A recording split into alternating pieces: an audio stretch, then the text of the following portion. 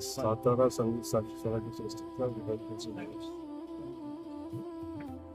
आजपर्यंतच्या इतिहासामध्ये पहिल्यांदा भारतीय जनता पक्षाचा उमेदवार सातारा संगीत स्वराज्य संस्थेचा निवडून घेतलेला आहे. सातारा आणि सांगली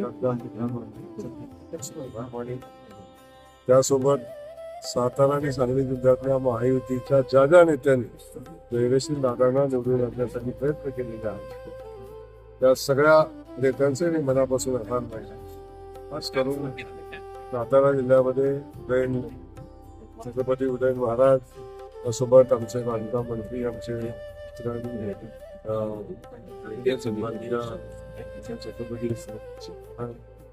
त्यासोबत त्यांनी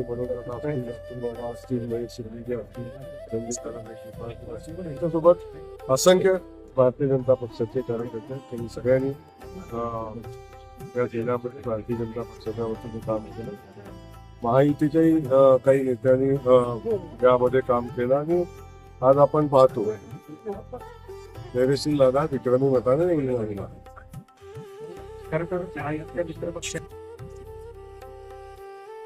विजय महायुतीनं काम केलेलंच आहे. शेवटच्या टप्प्यात त्यांनी पाठिंबा देण्याचा निर्णय घेतला आणि आज आपण पाहतो की खूप मोठा विजय धैर्यशील दादांचा झाला. माननीय देवेंद्रजींचे मी मनापासून आभार मानेन. भारतीय जनता पक्षाचा आभार मानेन की त्यांनी धैर्यशील दादासारख्या कार्यकर्त्याला संधी दिली आणि लोकांच्या मध्ये खूप चांगला मेसेज या निमित्ताने गेला की कार्यकर्त्यांना न्याय देण्याची भूमिका भारतीय जनता पक्ष आणि आमचे नेते साहेब सातत्याने घेत असतात. त्यामुळं आम्ही पहिल्यापासून महायुती म्हणून ही निवडणूक लढवण्याचा निर्णय घेतलेला होता आणि कुठल्याही परिस्थितीमध्ये म्हणजे जे लोक सोबत येतील त्यांना सोबत घेऊन रागडी कोण नाही आलं तरी ही निवडणूक जिंकायचीच आहे या उद्देशानं निवडणूक लढवण्याचा सूचना माननीय देवेंद्र फडणवीस साहेबांनी दिलेल्या होत्या.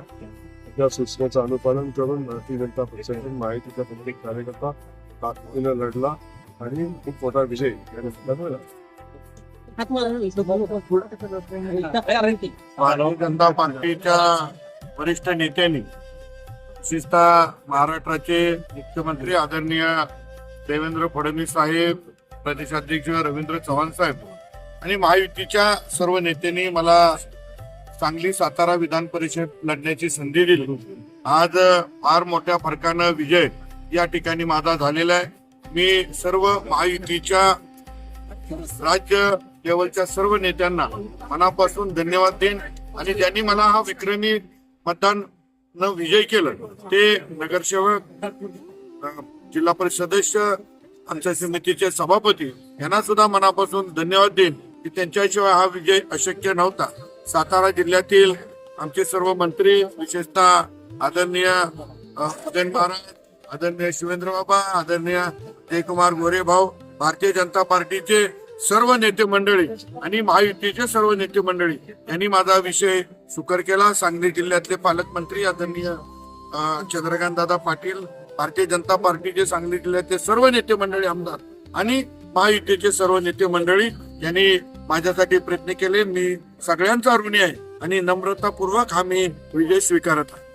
सांगलीचे सदस्य आणि पंचायत समितीचे सभापती आणि सरकार याच्यामधला दुवा म्हणून त्यांच्या काही अडीअडचणी, त्यांचे प्रश्न, विकासात्मक त्यांच्या अडचणी या सोडवण्यासाठी मी नक्की प्रयत्न करेन. 32 वर्ष हा 30-32 वर्ष राजकीय सामाजिक क्षेत्रात काम करते. भारतीय जनता पार्टीनं आणि आमच्या सर्व नेते मंडळींनी मला संधी दिली आणि जे मी काम केलं त्याचं कुठेतरी फळ मिळालं असं म्हणायला काही हरकत नाही.